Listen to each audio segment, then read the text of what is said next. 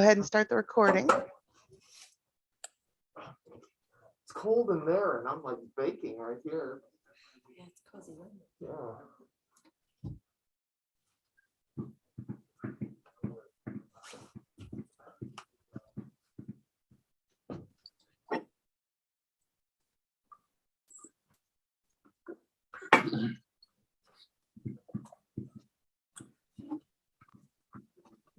All right. Hi, Lois. Good morning. How are you? Fine, thanks. I'll be there. Oh, and there's Judy. Hi, Judy.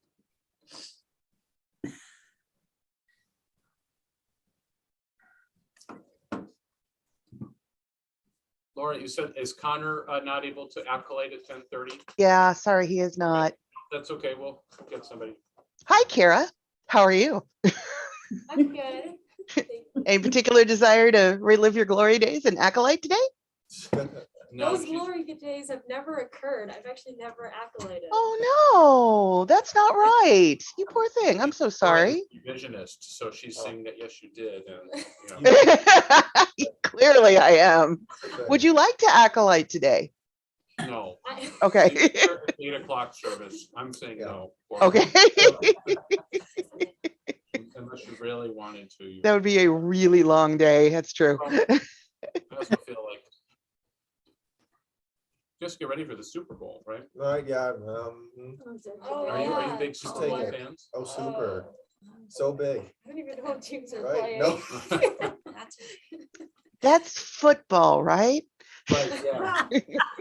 With Another the fan. word, oh. Well, some of you are missing some delicious donut holes. Chris Carter brought them in. So let's see. Are the Fletchers joining us on Zoom? They appear to be, yes. Yes, Dr. David Fletcher. Yay. we're here.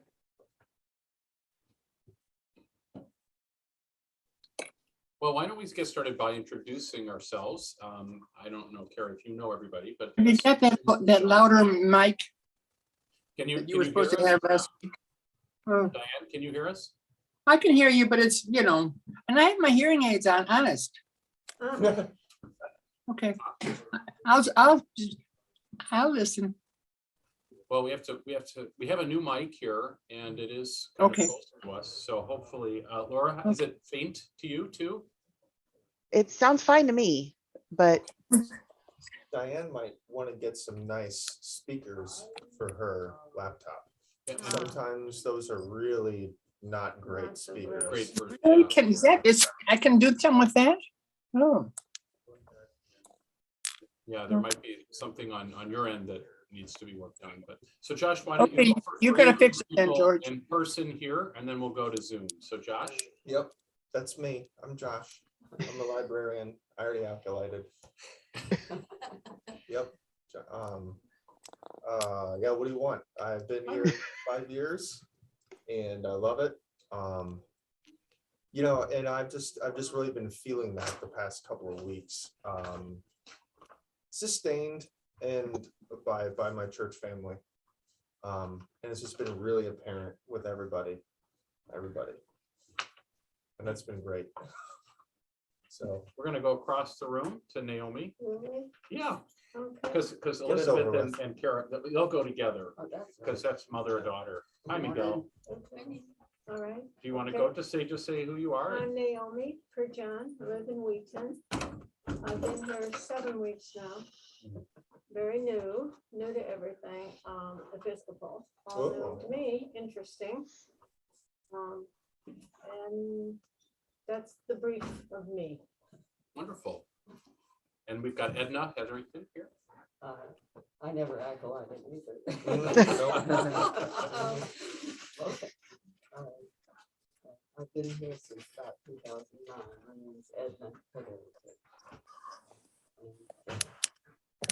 Now I can get here when somebody brings me. Edna was the junior and senior warden, so she served in I did that. a number of important ways. Let's see. Miguel is here. Briones. oh, hi, Miguel. Hello, everyone. Good morning. Morning. Miguel Briones, here. And what else? Here from 1988. It was Warner, right? 1998. 1998, June Yeah. 1998. Yeah, how many weeks is that? Because Naomi remembers how many weeks, so no, I'm joking. Right, yeah. Many enough. It's over 1,000. Wow. Let's see, Ashley and Kevin, hi, welcome. You want to just say who you are? So Kara is presenting and she's getting to know everybody. I'm Kevin. Yep. My glasses broke on the way in, so. Oh, I don't know what else to say about myself. Have you ever acolyted? No, I'm not. Okay, he's not. I've never acolyted. Ashley, have you ever acolyted? No, yeah. No, but I They're served for- for Christopher. Oh, okay. Okay. Well, that kind of counts. Yeah. So let's go to Zoom for a second. Diane Dins. Okay, hi, I'm old. I've been here a long time and could not be happier to be here and I'm grateful to be here. But I wish I could hear you longer or higher because Joyce and David, can you hear as well as I wish I could? I think that it's harder to hear the people in person. Like I hear you clear as a bell. Well, yeah. And And people in person, it kind of depends. I couldn't hear Edna really at all. Okay. I could hear, Hear me okay when I'm speaking? yes, but it's fainter. It's not like a, No, it's not like as good as Laura. I mean, we can hear Laura really well. Nobody's gonna George be is shy. George is just shy, that's all. I think we just wanted to see George. Who is that on the floor? We're going to get it closer to Kara because she's going to be the main speaker. Well, yeah, that's the important thing. Yep. That sounds better though, George, down there. Stay down there. I like groveling. Maybe we need a higher table for the mic. Yeah, maybe that would help. Yeah. So let's see, let's go to Lois.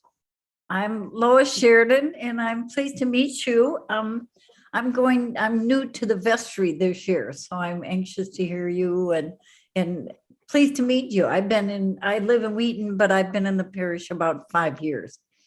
And I couldn't hear Edna very well either, but I think part of it's the masks too.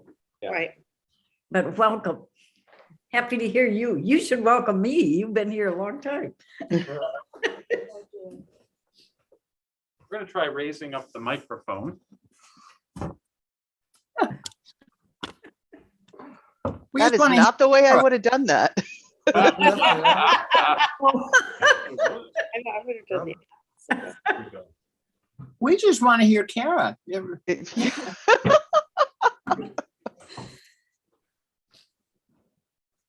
All right, so who else is on Zoom? Nobody. Judy. Hi. Lindsay. Just saw Lindsay. Good morning. I'm Judy Johnson. I live around the corner across from the library. I've been here since August, and I hear the best when George is on the floor. Okay. Is this any better? We've raised up the microphone. Yeah, that was good. That was good. It is better. Yes. Let's see, Lindsay, have you said hi yet?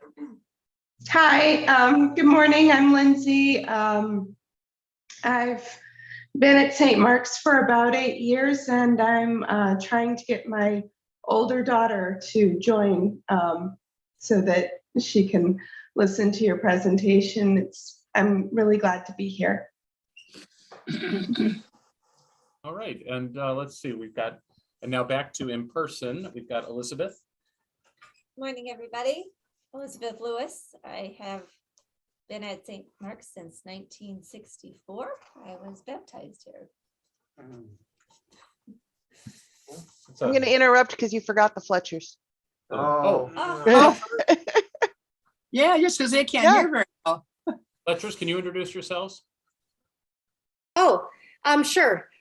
So sorry not to be there in person. I'm Joyce Fletcher. I woke up with a terrible migraine this morning. Oh, no. I couldn't get myself there in person, but we're so happy that we can hear from you, Kara. And I couldn't just leave her behind, so I stayed. David Fletcher, we've been here for about 22 years. Great. And if we missed anybody or anybody else comes on, we'll be sure to say hello to them. And so Kara, now it's over to you. I'm Kara Oates. I am 5th generation at St. Mark's. And I was on vestry last year as the youth representative. And I will be presenting today. Now, can you hear her okay? Yeah, that was okay. Great. Good. Listen, she's the important one. The rest of you guys, you know. Peanut gallery. They're the peanut gallery. Go ahead. All right. So kind of as I mentioned, I'm 5th generation. So my faith journey to St. Mark's started long before I was born, when my mother's grandparents came to Glen Ellen. My great-grandmothers and great-grandfathers, my grandparents, my mother, and my uncles were and are parishioners here. My mother was married in this church to a Catholic, and at first it was a dual religious and symbiotic family. However, that extended only until my 2 older sisters were baptized. They both had a joint ceremony with an Episcopal and a Catholic priest. I, ironically, was supposed to be raised strictly Catholic, aside from attending PDO. Thus, my early Jekyll and Hyde-esque relationship with religion began. I present my Hyde side. My Catholic grade school and I did not have a great relationship. I could hardly stand going to mass. And of course, not many kids in grade school can. I remember staring at the ceiling, wondering what would happen if the giant chandeliers fell. And I remember praying, and I mean very earnestly praying, if God could let me be one of the inevitable 5 kids who fainted during the overheated school mass. I would protest adamantly for extra sleep on Sunday mornings, and I often found religion to be my least favorite class. And these protests are not unfounded. I still remember one Sunday when my mom and I were turned out and not welcome to Sunday morning mass because they said the church was too full. The Catholic schooling system especially promotes the use of John Paul II's theology of the body.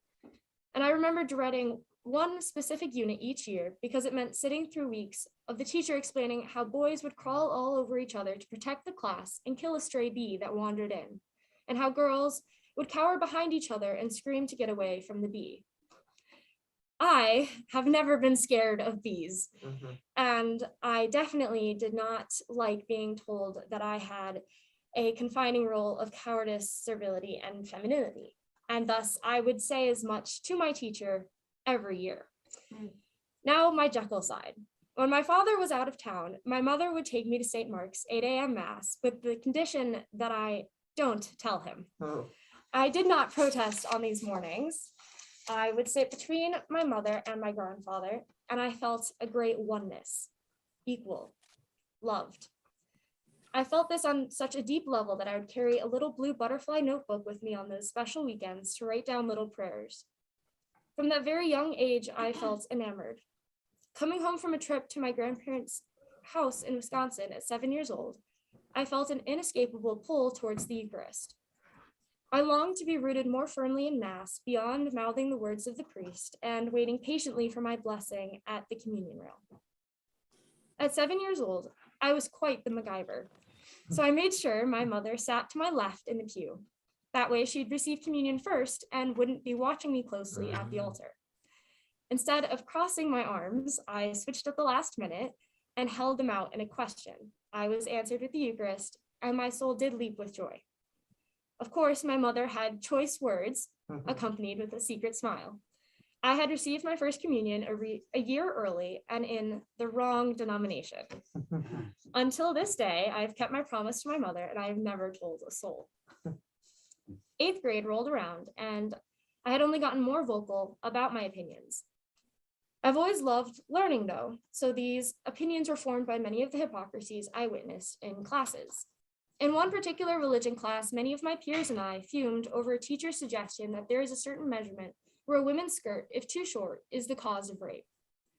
In music class, my teacher told stories of medieval popes coming from swashbuckling and pirating backgrounds.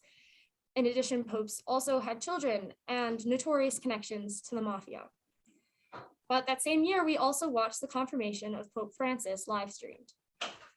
I took all of these teachings with a grain of salt, but perhaps the lesson that struck closest to my heart was that confirmation is supposed to be a young adult's individual commitment to the church and a confirmation of their own free-willed love for God. I knew I had a choice to make, and I knew I could not honestly devote myself to Catholicism. This was no Heisenberg uncertainty principle. I knew in my heart of hearts, I was not being called to make a false oath. I knew equally as great that I was being pulled to the church that had always presented me with the feeling of true compassion, equality, and oneness, St. Mark's. As soon as faculty at my Catholic grade school figured out that I had never picked a confirmation sponsor, that I missed a few meetings, and that I never turned in my confirmation preparation paperwork, I was pulled out of class. For a week straight, I missed 2 hours of school a day to be sequestered in an office and interrogated. You would figure that all unease at my intent to not be confirmed at St. Pat's would be smoothed out when I began by explaining that my family had been a part of St. Mark's for 5 generations. But no, I was asked countless questions, talked to multiple priests from the parish, and was even written a letter by a priest a few states away, admonishing my support for the LGBTQ+ community. However, none of these adults realized that these hours of science and history missed, these conversations that picked apart my beliefs, and threats felt more like a Roman prosecution demanding I sacrifice to Jupiter and denounce Christianity altogether. It was a series of high-pressure meetings that revealed the strength of my belief in the Episcopal Church. All through my early life and this story, I have repeated this mantra of finding equal footing and oneness in the Episcopal faith. But what led me to this conclusion? When I talked with priests and faculty at my school, I parried their questions with responses bolstered by the lessons I learned under their roof. I admitted to them what I hadn't yet fully acknowledged within myself. I felt oneness at St. Mark's because all are welcome. I poured my heart out to these questioners so that they might understand the dignity I saw in each and every person. But instead of convincing them of these beliefs, they were only convinced that I was too stubborn to deal with any longer. Also, let me just interject that at this point, my mother had no idea that I was being pulled out of classes, and my father had no idea that I was not being confirmed. Somehow, truly by the grace of God, I convinced my mother amidst legal battles and a 10-year-long divorce case with my father to let me be confirmed at St. Mark's. However, I was too late to join the confirmation class. So picture this. My mom, sister, and I make our way to St. Mark's in the dark. We park our car far and an inconspicuous corner of the parking lot where no one will be able to recognize it. We quite literally sneak and slink from our car up to Reverend Smith's office, holding our breath and hoping no one saw us. But of course, no one saw us because it was 9 p.m. on a Wednesday night. In a small way, this whole ordeal gave me a glimpse into what some of the early Christians experienced through prosecution. It may seem like my faith made me vulnerable at school and in my private life, but in reality, it was forging me with the legendary armor of the Thessalonians. I had my breastplate of faith and love. I had my hope of salvation helmet. Reverend Smith agreed to oversee my confirmation, even given the extraneous circumstance of my father not knowing. On Easter, I was confirmed, and I am now truly a part of this oneness in full. And yes, my father still does not know, but because I've been estranged from him for 5 years, I've been able to be vocal and active in my faith, even at my Catholic high school. I have heard many times that death is the great equalizer, that trust is the great equalizer, etc. But I believe that goodness is the great equalizer. We all possess goodness inside of us because we are made in the image of God. I believe that when we access that grace and goodness, when we actively put our work in faith in the narrow path of goodness, we are the body of Christ, and we are all equal no matter what title we give our beliefs, what our sexual orientation is, what our skin color is. Nothing can diminish us in the eyes of God. I have seen this truth unravel before me through my experience at Bennett Academy. I run campus ministry and service at my Catholic high school as a proud Protestant. I have opened myself up to ridicule, denunciations, and a range of forceful to kind attempts to convert me to Catholicism. But most importantly, I have opened myself up to love. When I'm working to aid victims of human trafficking, or making soup for a homeless shelter, or constructing a house, I can feel the oneness. Every religion has a degree of the truth, and the duality, but mostly positive experience I have had in high school confirms this to me. I can do great works and have great faithful friends at my Catholic school, but I can also don the honor don the armor of my faith to protect the welcome I believe God intended for all of us. My senior year of high school, a coach was fired when she filled out her emergency contact form and placed her wife as the recipient. My school went under national scrutiny with protests from students, faculty, and alum. Helicopters swirled around the school throughout the day. But God has a sense of humor. He gave us a rainbow right over the school that morning, and he sent me, a Protestant, to liaison between faculty, students, and administration. This ignited new questions as to my viability as the leader of campus ministry. Several of my closest friends expressed their disgust with the LGBTQ+ community and me. However, I'm happy to say that those who participated in service with me had no doubt. They too felt the oneness and defended me. My school rehired the coach. Some, but not most, of the friends that walked away apologized to me. It has been during this first semester of senior year that I have truly learned John's intent when he wrote that friendship with the world is enmity with God. I could have taken an easier route on so many accounts. I could have forgone all secrecy and loss of friends if I had just gone with what the majority demanded of me. But we live in a fallen world, and really the right thing almost always isn't the popular choice. My journey to St. Mark's was a journey into God's arms. It is where I have always felt welcome. I now see that I am called for the rest of my life to welcome all others.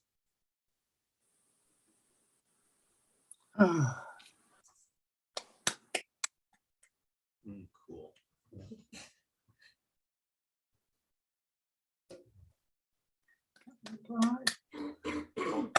Kara, that's, thank you. I'm just kind of a little bit stunned because there are things in there that I haven't known and some things that you're telling us, this public audience, for the first time.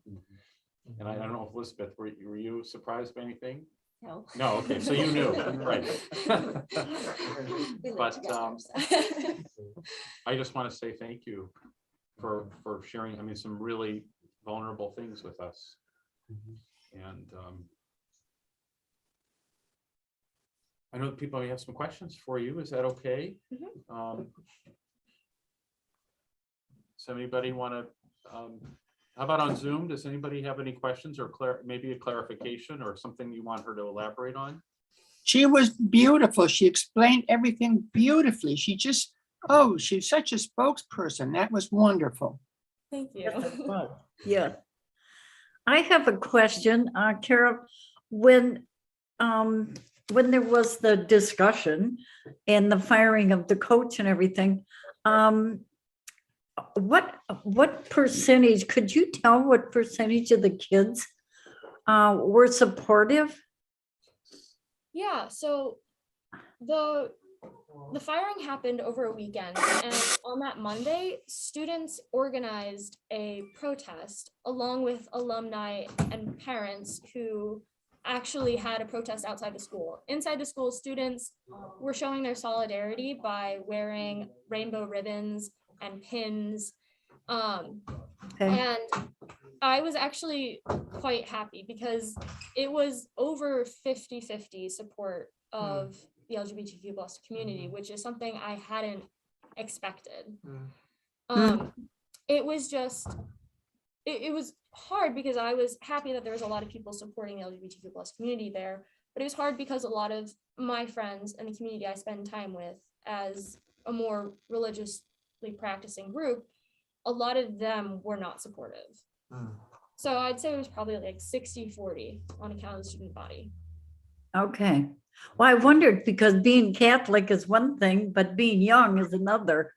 And we couldn't tell from the newspaper articles, you know, what percentage of the kids supported the coach and which ones didn't. So I was curious to see whether it was a young person's issue or LGBTQ or what, but I was so glad that they hired her back. I understand that the one of the support groups pulled their monetary support, but it wasn't that much money. If you know, it was $50,000 for a school, that's not a lot, especially Bennett is expensive. Yeah, and kind of a long-term impact was that actually the Abbey is separating from Bennett Academy. Yeah. Yeah. Yeah. Okay. So, but then again, the Abbey really isn't that involved anymore. We only have 2 of the monks teaching at our school. And so generally it's a peaceful divide. Right. What does it mean that the Abbey is separating? So we will no longer be sponsored by the Abbey or considered an active Benedictine Catholic school. We'll still be a Catholic high school. And as of right now, the school is going under the jurisdiction of the bishop until we find another group of Benedictine monks who would like to sponsor us. Mhm. For those monks who are teaching, will they stop teaching? Yes. Okay, they won't. Yeah. Faculty then too. Some, yeah. So you said it's 60-40 in support of the coach? Yes, and it was quite nice because some of the teachers, while I assume they were instructed not to show any bias towards any side, some of the teachers still, had their little ways of showing support, like putting up little rainbow flags in their room or putting up the equality signs. So they still were mostly supportive. Good, good. I'm very proud of you. That isn't easy in a Catholic institution. Yeah, Wonderful. Sophie, are you raising your hand? Yeah. So I heard you say that after the events, the friends that didn't support you at first, you said that some of them apologized to you. Did some of them actually agree to support the LGBTQ plus community, or did they only apologize for their prior actions? The ones that did apologize to me actually did change their views. Not completely for all of them, but a lot of them were more receptive and could understand kind of that, everyone does have this innate dignity. And so I do believe that a lot of the ones who did come back and apologize really did have a change of heart. I'm glad that they did.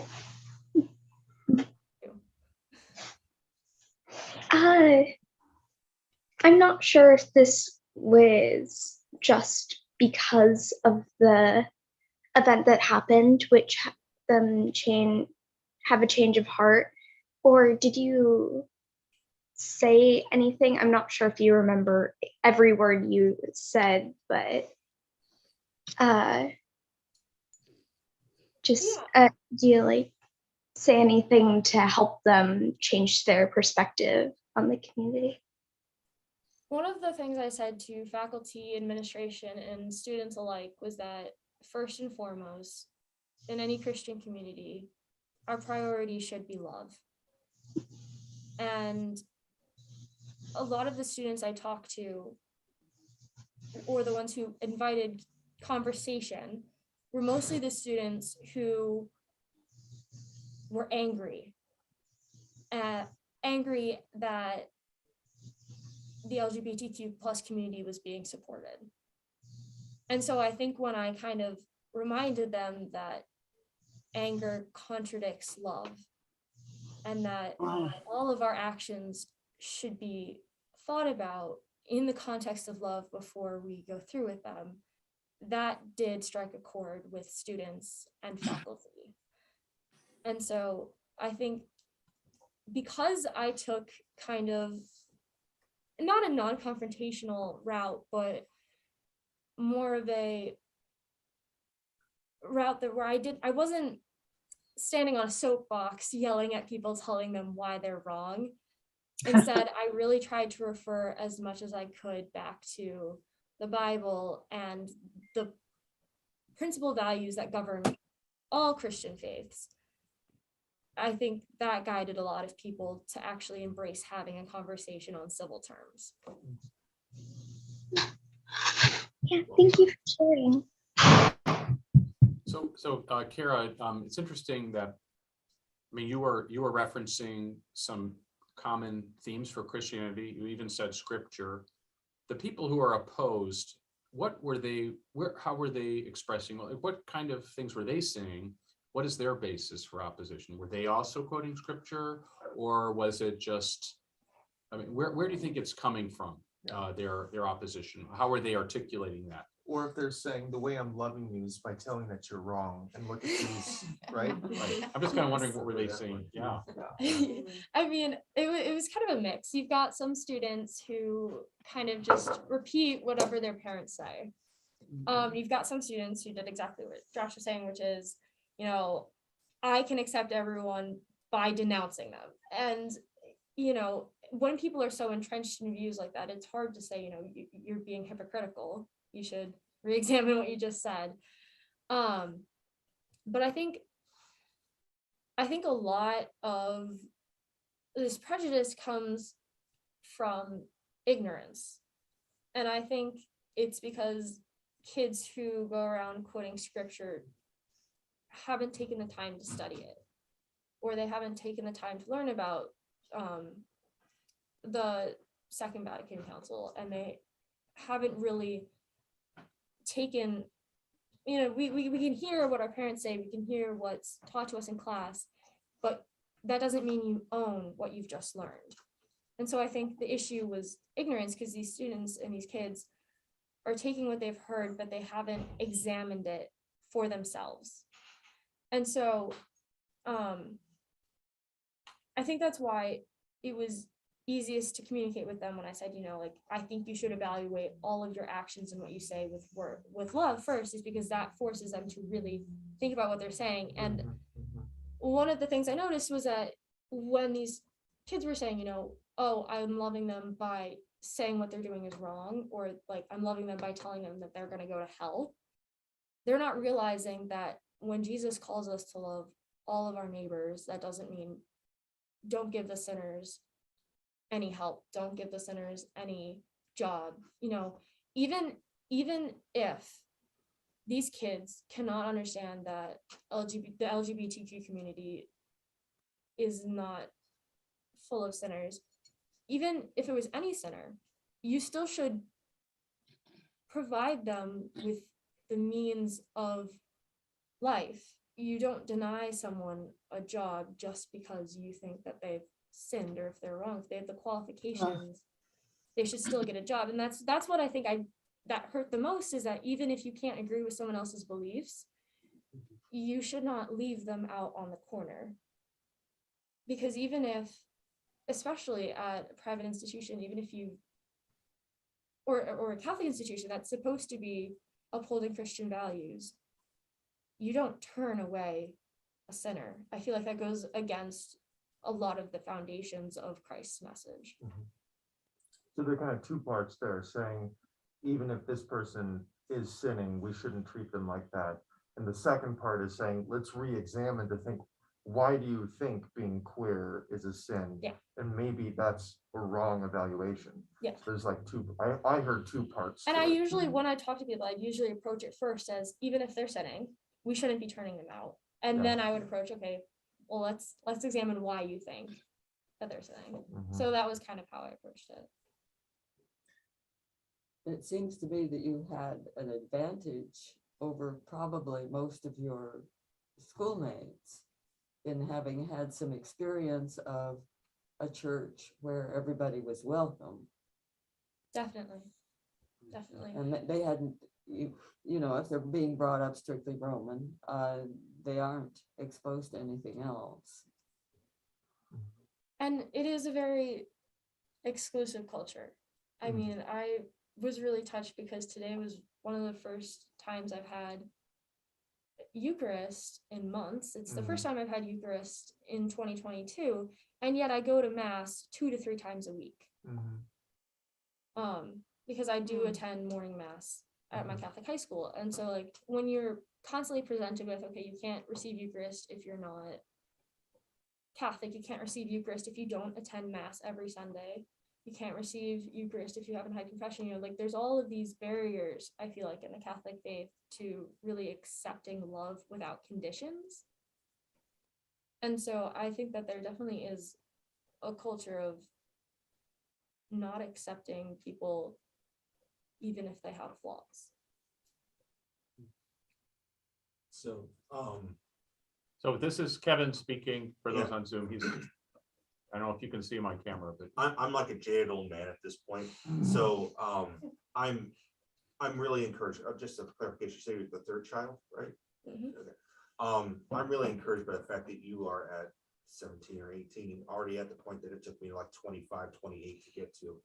I come from the opposite, what I would think would be the opposite side, non-denominational, like fundamentalist sort of route, but it resonates almost a mirror to what you experience.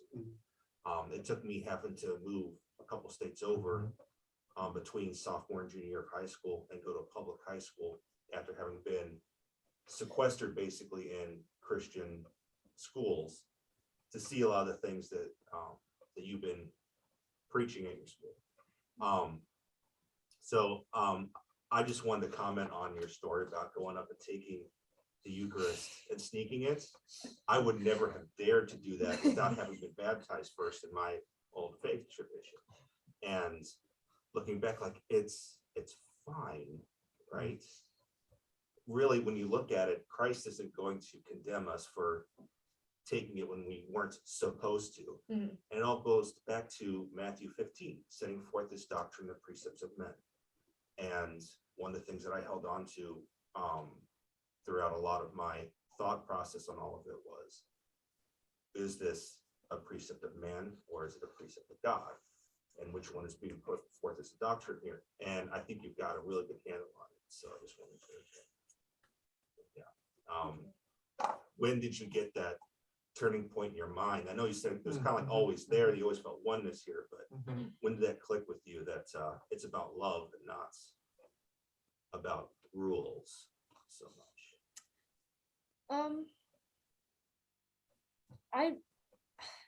I remember just being at Mass, that story of coming back and taking Eucharist and feeling like I need to do this. Although I think my relationship with rules and religion is still ongoing.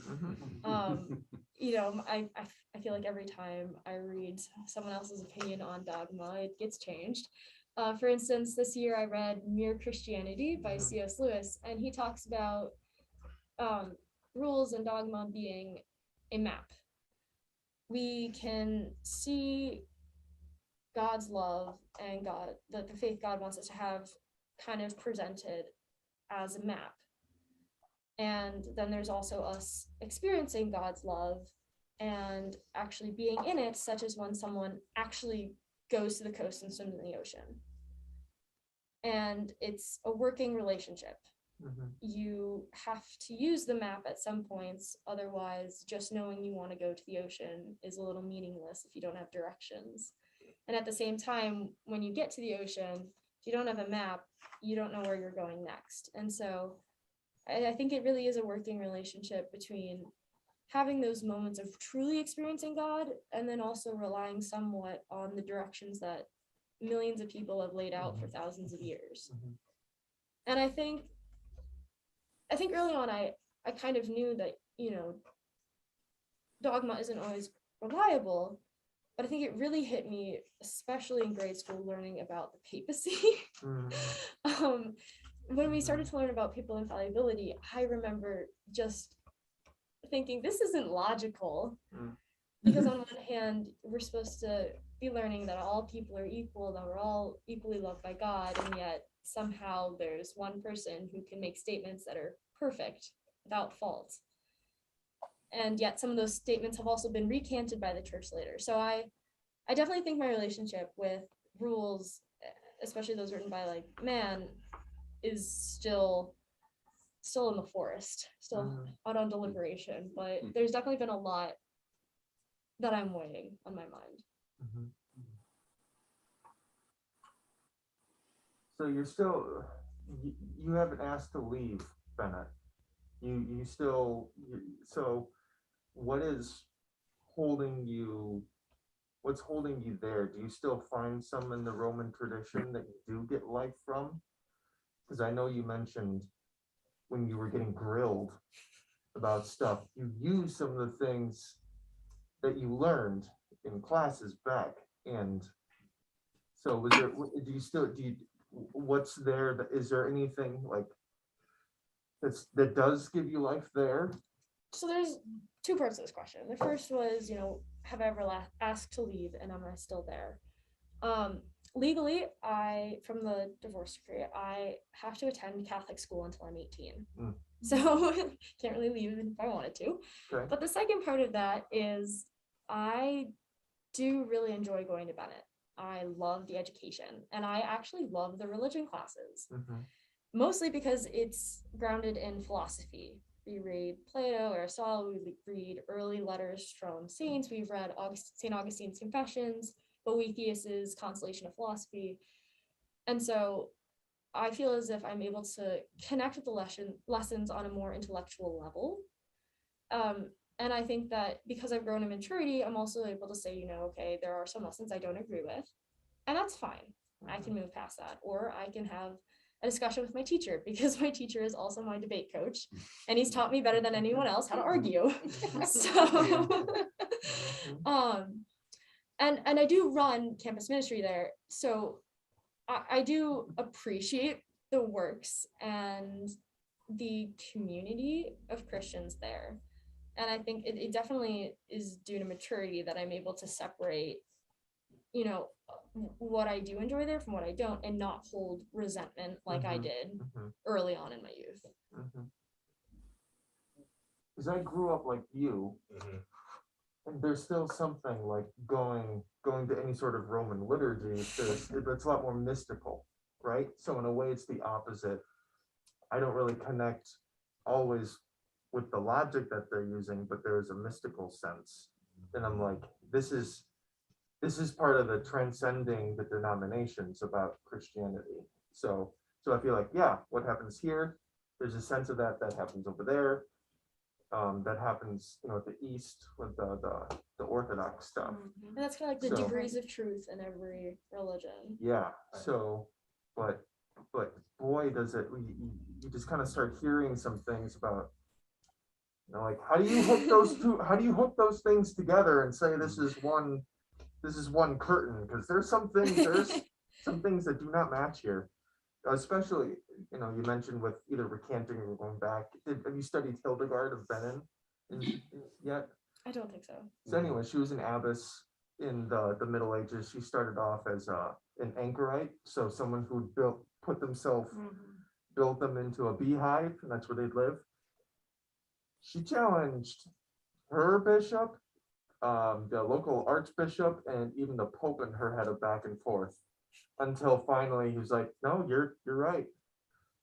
So it's like, just look at our own history. We've been doing this, right? Yeah. There's nothing new under the sun. Exactly. Yep. Want to go back to Zoom for a second? Anybody there have a comment, question? Just want to make sure that we're not ignoring you. Well, Let's see. I Lois, want you to know how much I admire you, Kara. That's wonderful that you're a free thinker, independent thinker, with all that pressure. It's not easy. I have a granddaughter whose mother is a chaplain, and she, at the age of 13, I guess it was, went through the same thing you did at confirmation. She got through everything and then found out from the leaders of the weekend retreat that gays are not welcome in the Catholic Church. And she said, wait a minute, I don't believe that. And she argued with them all weekend and ended up not being confirmed. And, I was startled by that, but I so admired her and I supported her. And we found a church, a Catholic church. We were Catholics for many years. My husband went to St. Procopius before it was Bennett. And we found a church, St. Thomas the Apostle in Naperville. And we drove 35 miles round trip every Sunday and in between to attend it, because it was totally open. They accepted gays, they accepted divorced people. There were 7 former priests in our parish. I mean, it was totally open for a Catholic church. and everybody was welcome. And it's one of the few that is and was even 40 years ago. So we attended that church, but we left because of the pedophilia, all of that sex abuse and everything. So, but the church itself, there are little pockets of Catholic churches that welcome everyone, including the Wheaton Franciscan nuns, right in Wheaton. Of course, they all drive Priuses and they have bumper stickers that say, God loves everyone, no exceptions. And they mean it. They mean it. And so there are pockets of Catholics, but otherwise, these kids, that's all they've heard is that that's wrong, that that's sinful. And how brave of you and courageous to take the stand you did. That was wonderful. I was rooting for the students the whole time in the paper thinking, come on, stand up. And you did. It was wonderful.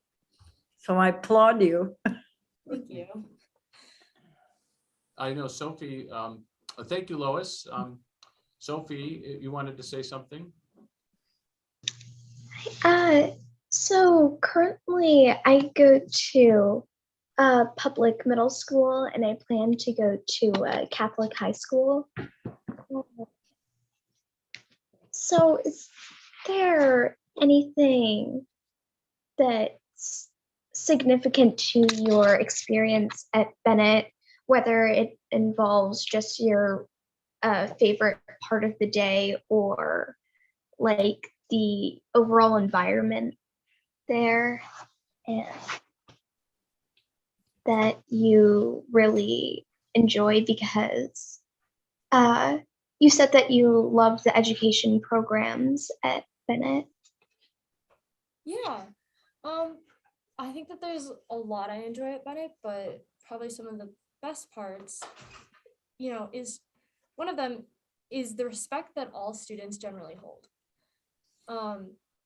Just little things like every bathroom is pristine. I've never once seen writing on any walls, and we even have little stickers on every mirror that has the Hail Mary on it, because you're supposed to say the Hail Mary while you're washing your hands to have it be like the length of time. And they've been there my entire time at Bennett, and not one of them has been like defaced or anything. And it's also just, whenever you walk into a classroom, every student says hi to the teacher. And we all stand for prayer. And it's just, it really is a very respectful environment. And even though there's differences, discussions, whatnot, throughout the pandemic with masks and no masks, like people have stayed generally very respectful.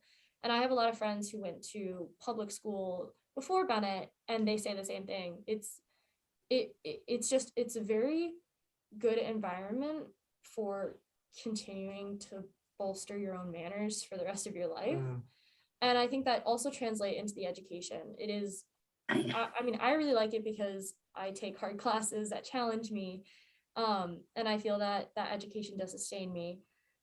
And that respectfulness does also go into the classes. You're not going to see kids with their phones out in class. You're not going to have kids who talk over teachers the entire time. It's been a really great environment for me. And I think on the faith side, as a Protestant going in, continuing to remind yourself that every house of God is a house for you and everyone else has been extremely, extremely helpful. Because I will go up to the chapel and go to morning mass, even though I can't receive communion. And I'll go to the chapel if I'm having a really bad day and just need to go there during my study hall for 10 minutes and just sit alone and talk to God. And so I think there definitely are a lot of benefits to going to a Catholic high school when you're not Catholic. And just remembering that no matter what other people might say to you on the off occasion, every house of God is a house for you. Kara, do you, have you been encouraged by the work you're doing? It seems to me that you're such a wonderful spokesperson. Are you encouraged by your work? Are you encouraged with all of the work that you've done? Do you feel like you've made some impact, that this is getting better? You think so? I really do. I really do. Okay. I mean, one of the examples I can think of right off the top of my head is that my sophomore year, I started a St. Valentine's Day project to raise money for victims of human trafficking and domestic violence at Bennett. And it was this rose delivery project where students, faculty, parents, anyone connected with the school could order roses with messages and have them delivered to lockers and classrooms and whatever. And it was such a success when I started it my sophomore year that it's actually been instituted as an annual event, and it's actually happening on Monday. We've had hundreds of orders placed and all the roses will be delivered on Monday. We've helped 5 different shelters. A lot of their names I cannot release because of privacy reasons, but it's been really impactful. I've had students and teachers and faculty and janitors and custodial, everyone. I've had a lot of people come up to me every year on Valentine's Day to tell me that the work I'm doing is impactful. Okay. And this year, I was asked to give a talk to the entire school about the reality of human trafficking and domestic violence in the world today. So I think that, especially because I've tried to be mature and respectful in relation of my beliefs versus others, I have gained respect from my peers and faculty at Bennett. And I've had people tell me that I've made a difference. So I do feel encouraged by my work. Good. Thank you. Miguel is raising his hand. Yeah, go ahead. But you know how proud are you? And so, so how much you're growing and intellectually, especially. But I will listen to how is it interesting to support, and a group considering a different, as I know that way many people, especially and talking about diversity, they're considering a different too, So I would like to know what is your how you perceive, and especially in some marks, see this diversity. How does you what are you thinking about that? How can you engage with this? Because I like how you're thinking, that can we support another kids, to get the freedom, because not everyone reach this freedom that you speak to talking right now through your faith, especially. So I think it's very important to look in some way you sharing this. I don't know if you're interested, but again, back to my question: what do you perceive that the diversity being some marks? Well, I mean, just from a starting standpoint, when I went to grade school, I think I knew 2 people who weren't white. And then in high school, one of my best friends sophomore year was, she transferred out because she felt like she was not welcome for being Black. And I've known people who were bullied out of Bennett for being part of the LGBTQ community.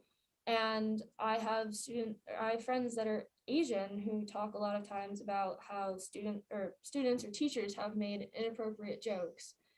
And so coming to St. Mark's was, especially as I grew older, to be able to appreciate diversity, was really kind of walking from a black and white film into a film in color, because I had never really been surrounded by diversity that was welcomed and appreciated and upheld. And so I think, simply telling people that you are welcome is such a game changer.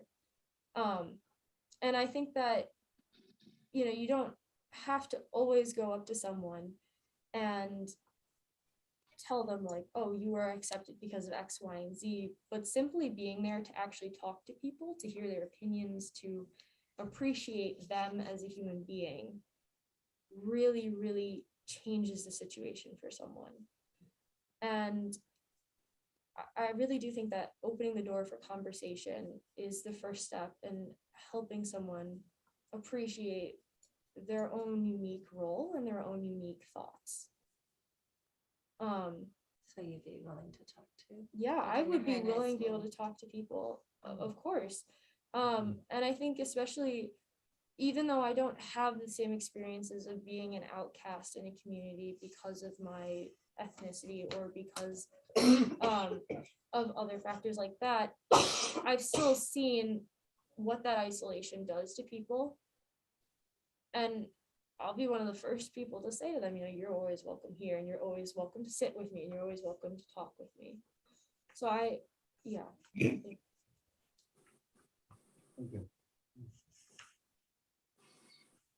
Do you have a gauge on yourself of knowing when you gotta back away and do some self-care?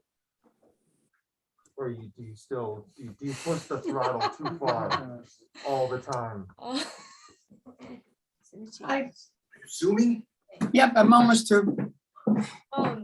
That girl is, you know her from church, but anyway, she. There you go. I think in all aspects of my life, I push myself too far. But I also do try to keep mindful habits. Like I said, when I get really, really overwhelmed at school, I'll go to the chapel. And especially during weeks of duress, like with the LGBTQ plus coach who was fired, I did spend a lot of time in the chapel. And I have healthy practices. Like I've been journaling for 6 years.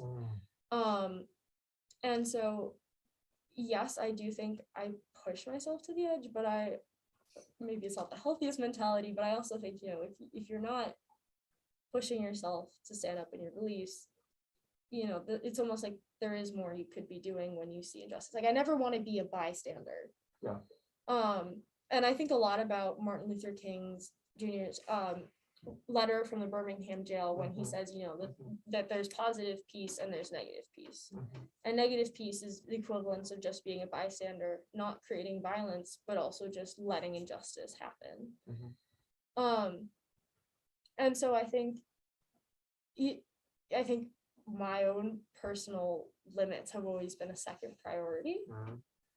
Watch out. Yeah. Because you want somebody else who's fighting to be able to take time for themselves. So you got to turn that back around, because you're magnificent. The work that you've done intellectually, with real effective change. Yeah, I'm proud of you. I admire you.